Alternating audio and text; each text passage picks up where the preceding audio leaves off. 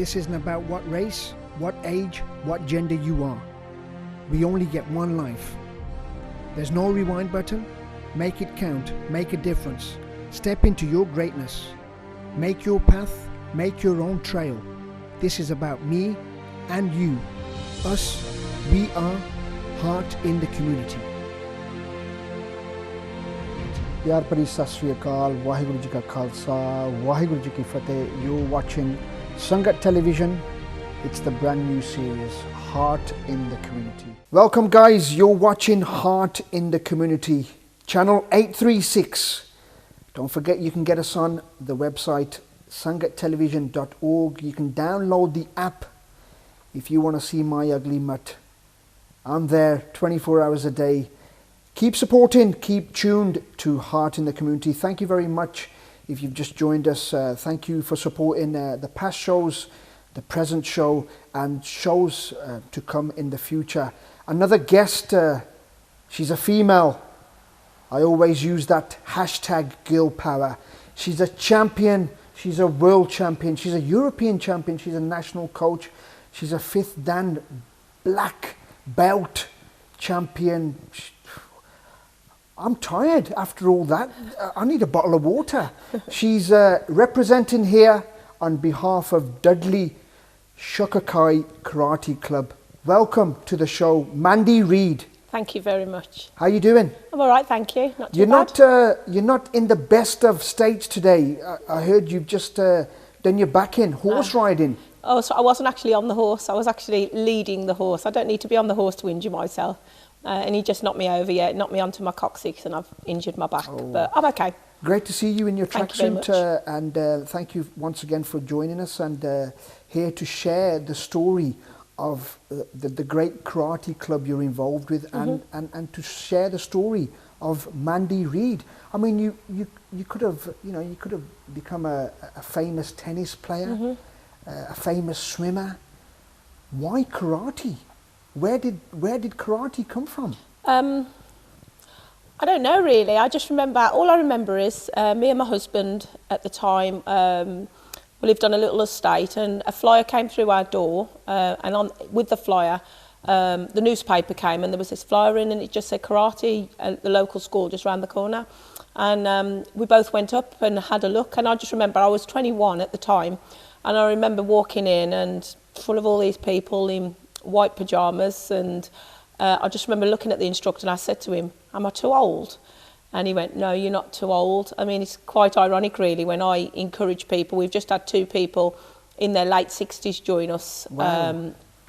So it's quite ironic really, not knowing anything about karate at the time, that I said, am I too old? Because no, you're never too old. You're also never too young really. So we take them from 4, but we have had a couple of younger ones start that were just 3 brothers and sisters of other children. So that's how it started really. And I think the key with any great journey, is whether you've been going on for 10 years, 20 years, 30 years, in your case 30 years. Yep.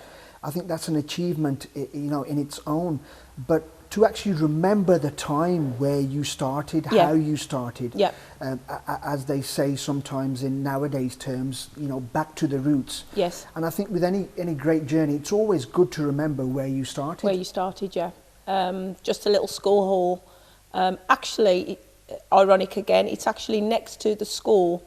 The big high school on the corner where we train next to our school on a Monday night was where I actually started karate. As the years went by, I actually, as I became an instructor myself, I went back to that school and used that school as my first base when I actually started out myself on my own journey with my own club. Wow. So I actually went back to my roots again. Wow. And the journey, obviously, it's been full of great achievements, a lot of ups, many downs. Always. And, hard work, day and night. Yep. People actually don't see what actually really goes on. That's correct. Behind the closed doors. Emails, sending out, receiving, text messages is just a small percentage of the work. Yeah. Where do you get the energy from? I don't know. You just...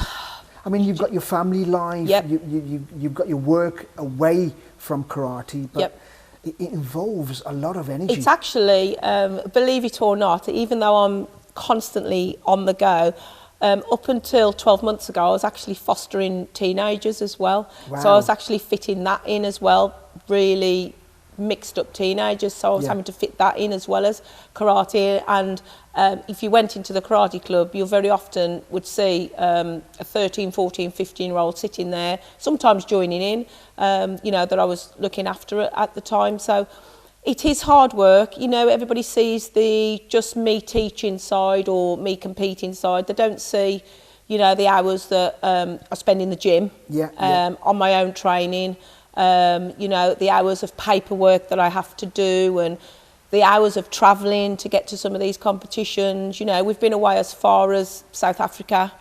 Jamaica, as well as all the European countries, and it becomes a lifestyle.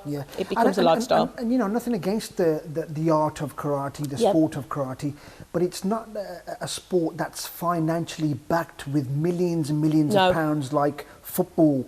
So it must be difficult to actually fund these competitions or the involvement of the club in these competitions. It has. It's the federation we were at the moment, they will fund some of the athletes to take them away, but it's very limited. For years and years, I was constantly raising money for the athletes that were selected for the Great Britain team, as well as trying to fund myself, plus my son who was competing at the same time.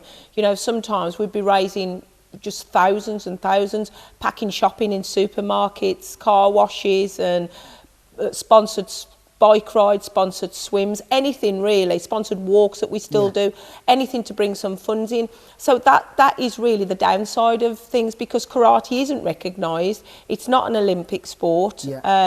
Whether it'll become an Olympic sport, I don't know. But at the moment, we still constantly, we're raising all the time in the club. I'm always saying, we're doing a raffle, as we will do. My lovely friend who does all the sweets and everything at karate has already started making the Easter egg. For sell a few raffle tickets off for that, to just another few quid. I mean, sat there, I could just feel the vibe, the passion, the energy. And obviously, from the day you started, it's been an enjoyable, enjoyable journey. And is it still enjoyable to this day as it was when you started?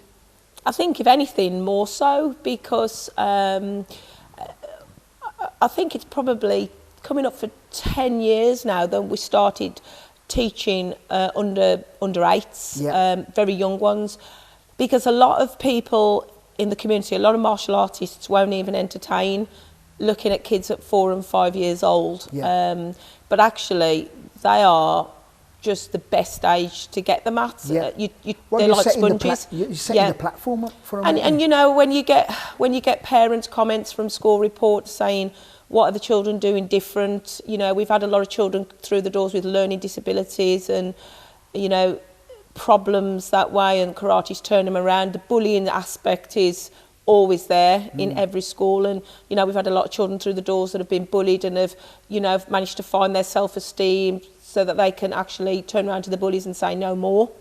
So I never lose my passion now. Obviously the respect factor, the discipline factor in the whole art, the whole sport. We'll go on to that a bit later on in the show. I mean, memorable moments. You must have some memorable moments where it might necessarily not mean you picking up a trophy. It might be where a teenager or a youngster's gone wrong somewhere in life, and you've gasped at the chance of, I need to be in this situation to put this person on the right path. So any memorable moments? It's mostly the children that have come through the doors that have been bullied really stick in my mind. I had a young boy, and he doesn't train with me anymore, and I can't even remember his name. Very, very thin boy, very tall, and he was being bullied terribly in secondary school. And I just get a phone call one day, and his mum is absolutely ranting at me down the phone, and I'm like, what's the matter? She went, he's just fought back. And I went, I'm sorry. She went, he's just fought back. There was 3 of them. and he's just punched them all. Yeah. And now he's panicking. He's run out of school and come home, but he's actually stood up to them. Yeah. And I couldn't believe it, because I never actually thought he'd be one of those that would actually ever fight back. And he was a student in your club? And he was a student at mine. We had Yeah. another boy, and I still feel responsible to this day. I used to drop him home, and he used to have to literally run through an alley, 20 yards young, this alley was, and his house was the first house at the end of the alley. But there was a little bend in the alley, and little did I know, there was 3 guys waiting at the end of the alley, and they tried to take his mobile phone off him. Okay. And the rest of the story is history. They were all 3 on the floor. Then they managed to catch them, the police did, because 2 of them had to go to the hospital. One had got broken ribs, one had got some other kind of injury. Yeah. And his dad rings me up and he said he's absolutely distraught. And I said, why? He said he thinks he's got to stop karate now. And I said, absolutely not. That's what it's there for, to look after himself. And we put that one in the paper, actually. Wow.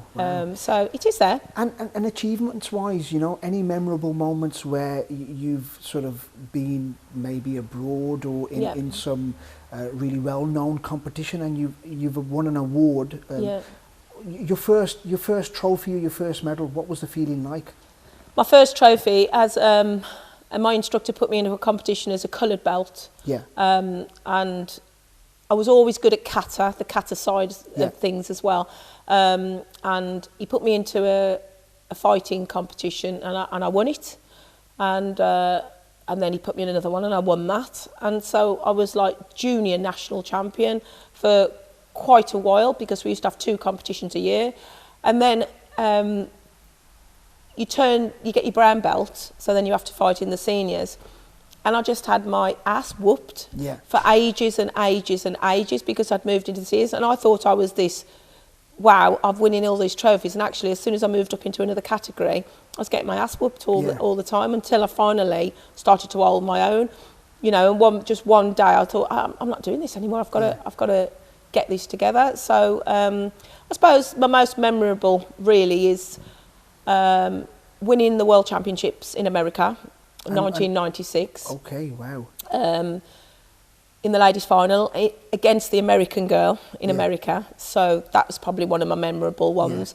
And then winning it again in 2004 in South Africa. You're bragging now.